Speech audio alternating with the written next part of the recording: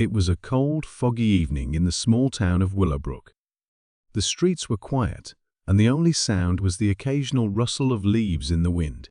Detective Arthur Lane sat in his dimly lit office, sipping on a cup of black coffee. His desk was cluttered with case files, but his mind was elsewhere. He had been called to investigate a strange case, a death that seemed too perfect to be natural. The victim was Mrs. Clara Whitmore, a wealthy widow known for her love of cooking and her famous dinner parties.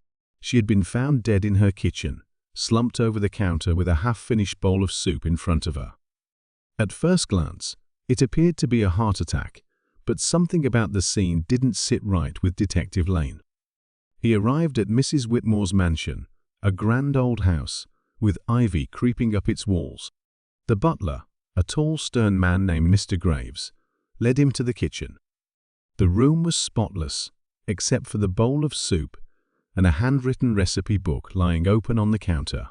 She was preparing dinner when it happened, Mr. Graves explained. She often cooked late at night, but this time she never finished. Detective Lane examined the scene carefully.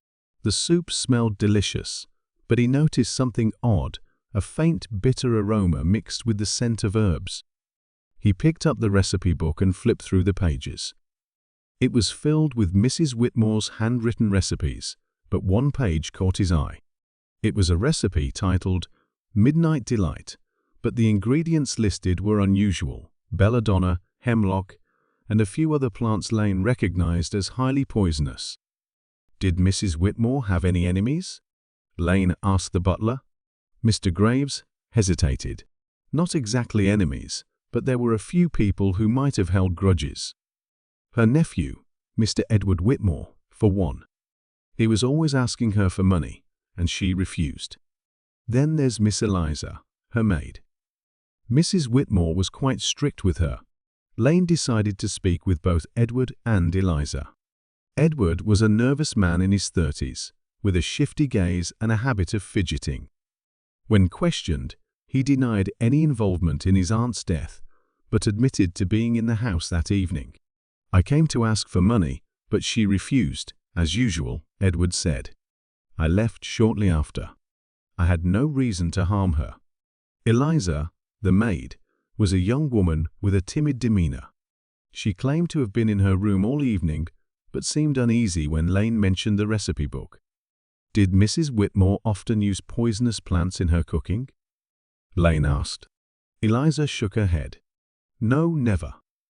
She was very careful about what she used." But she trailed off. "But what?" Lane pressed. "A few days ago, I saw Mr. Edward in the kitchen. He was looking through her recipe book. I thought it was strange, but I didn't say anything." Lane's suspicions grew. He returned to the kitchen and examined the bowl of soup more closely.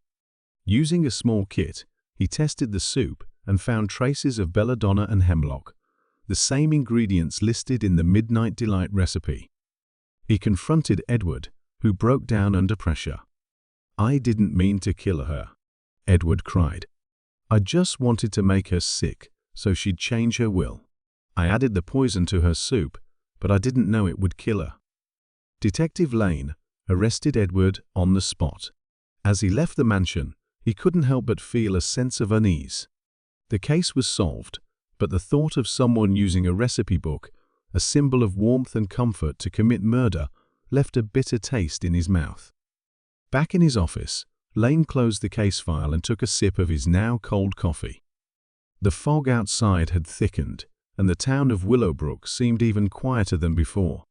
Somewhere in the distance, a clock struck midnight, and Detective Lane couldn't shake the feeling that another mystery was waiting just around the corner.